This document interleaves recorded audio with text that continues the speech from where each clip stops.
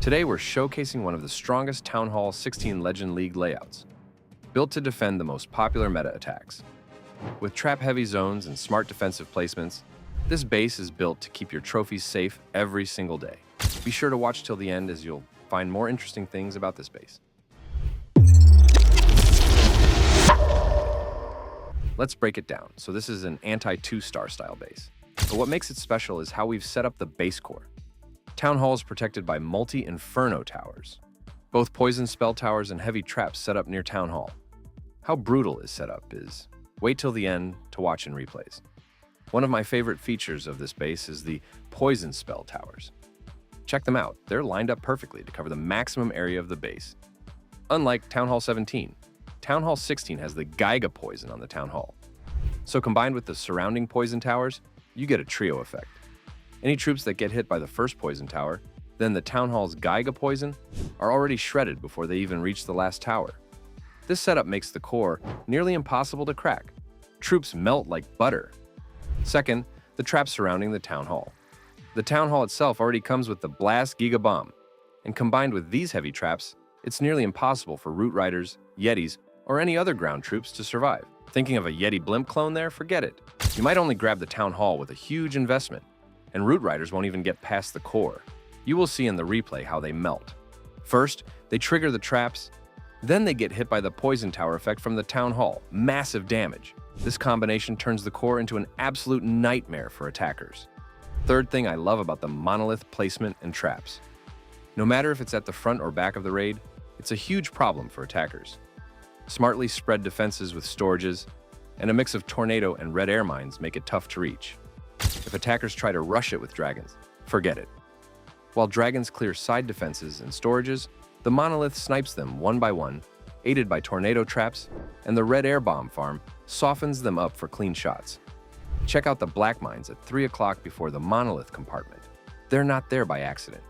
Root Riders entering here might try Loon to save their healers, but the black mines snip them early. Then, as soon as they reach the monolith, they trigger tornado and red air bombs. Boom! Healers down, attack over. This core is brutally efficient.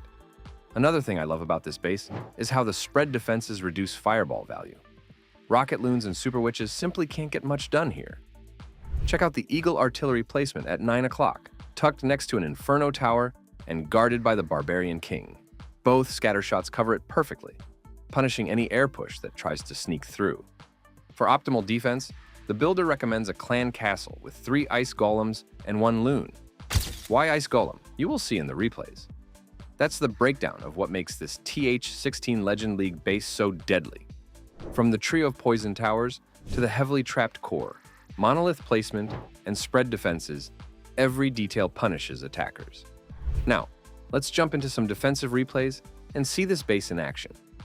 First up, we've got a Yeti clone dragon attack hitting the base.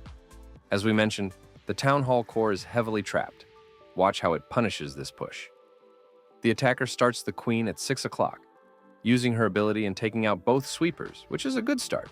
Next, dragons spread from 7 to 8 o'clock with Warden and Minion Prince support. A blimp approaches the Town Hall with Warden ability active. It lands safely, and the attacker drops 3 clones and a rage spell for maximum impact. But look at that. Once they hit the core, the poison spell towers and traps, along with the defending CC balloon, shred the army instantly.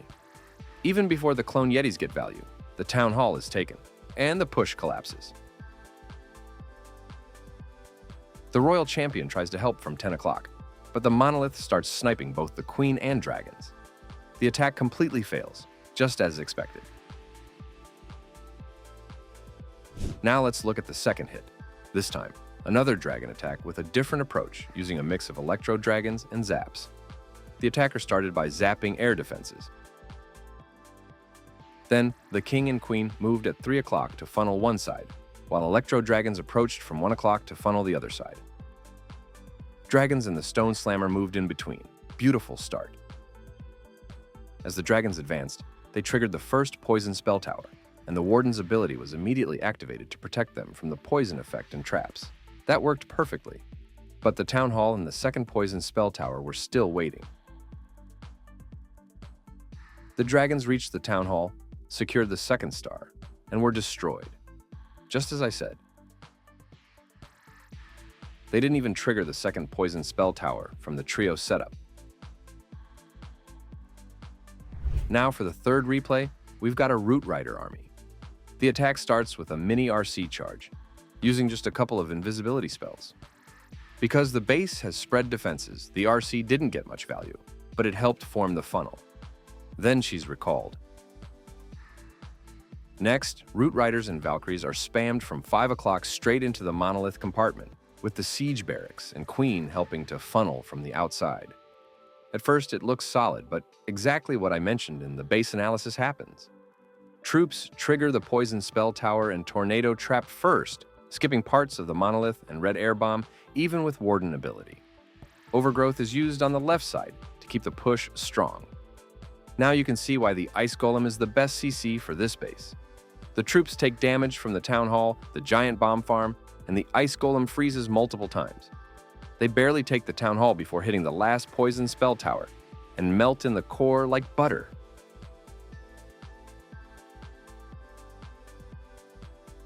The back-end damage is just too much. Stacked splash defenses, hero pressure, and DPS ensure the raid collapses. No triple. Another defense holds perfectly.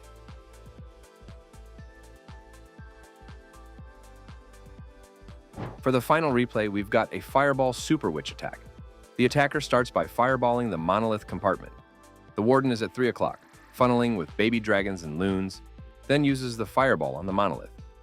It sets a nice funnel, but the fireball doesn't get much value, not even hitting the poison spell tower. Next, the witches are sent in with the king. The queen and siege barracks help create a funnel at 6 o'clock. Wall breakers successfully open access to the town hall, but that's exactly where the troops struggle.